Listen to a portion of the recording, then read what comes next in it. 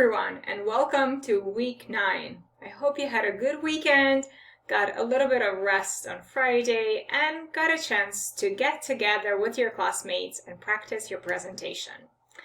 Your presentations is exactly what I'm going to start with this week. So go ahead and quickly check the announcements page. I'm still working on your discussion forum postings from last week. I will let you know in the webinars once my videos are up and my comments are ready for you to review. Check the webinar schedule for this week. You're going to have 2 presentations this week. I'll talk to you more about them later. Keep practicing typing. You will need this typing skill this week, because as students are going to be presenting their presentations, talking about their articles, you guys will be taking notes in a Word document and jotting down the ideas. So please make sure that this week, as any other week, you are practicing your typing skills. And what I'm looking for this week is your speed and accuracy. So as I said, on Tuesday, once you guys are going to be presenting, the rest of you will be taking notes and typing quite fast. I'll tell you more about it in the webinar on Monday. So what are we going to do on Monday? On Monday, we will practice typing, and then you guys are going to review the speaking rubric. I didn't have a chance to go over it with you on Thursday or Friday. So yeah, we'll take a look at it together, and then I want you to think about the rubric and think, have I included all the information that Tanya wanted from me? Have I missed something? What am I missing?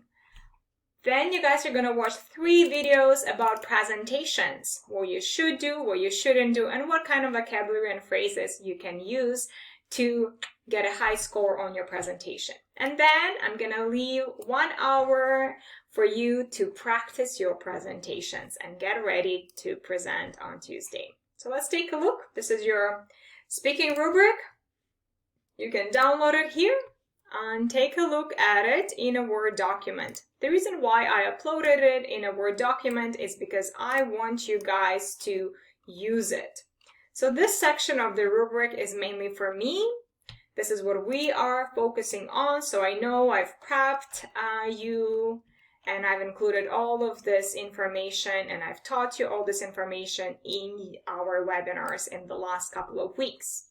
So this is where you need to focus on. Focus on holistic criteria. What am I looking for? This is what I want you to do. I want you to make sure that your presentation is understood by me and by others, and I want to make sure that you will have provided enough details. I'm going to click yes or no depending on if I understood your presentation and if you gave enough details. This is for you as well, so read this part carefully. I've bold-faced the key points for you to know that this is exactly what I'm looking for. You will be graded based on this criteria as well. I will give you a 0 point, 1, 2, or 3 points depending on how well you did on each criterion right here on the left. And then after the presentation, I will give you some comments. This is where you're going to see your score. The maximum number of points that you can get is 30.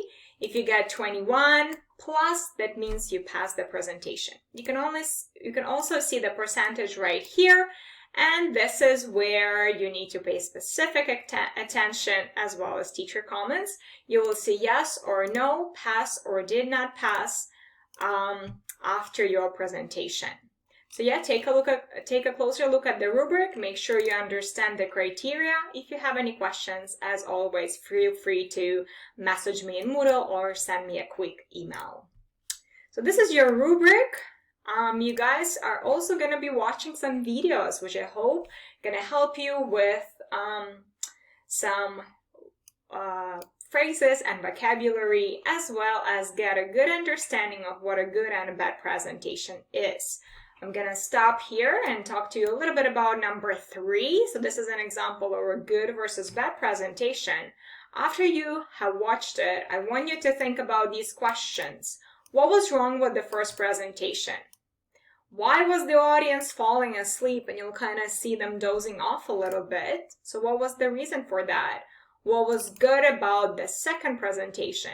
And how can you keep your audience awake? This is especially challenging and tricky when we are online because we don't have other people's faces. We don't know what they are doing. Maybe they're cooking because they are not interested in your presentation.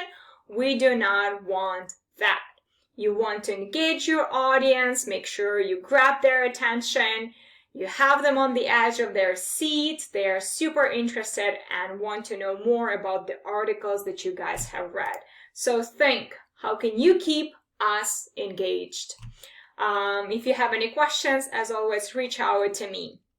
I hope you guys have a great start of your week, and I'm looking forward to your presentations. See you in webinars.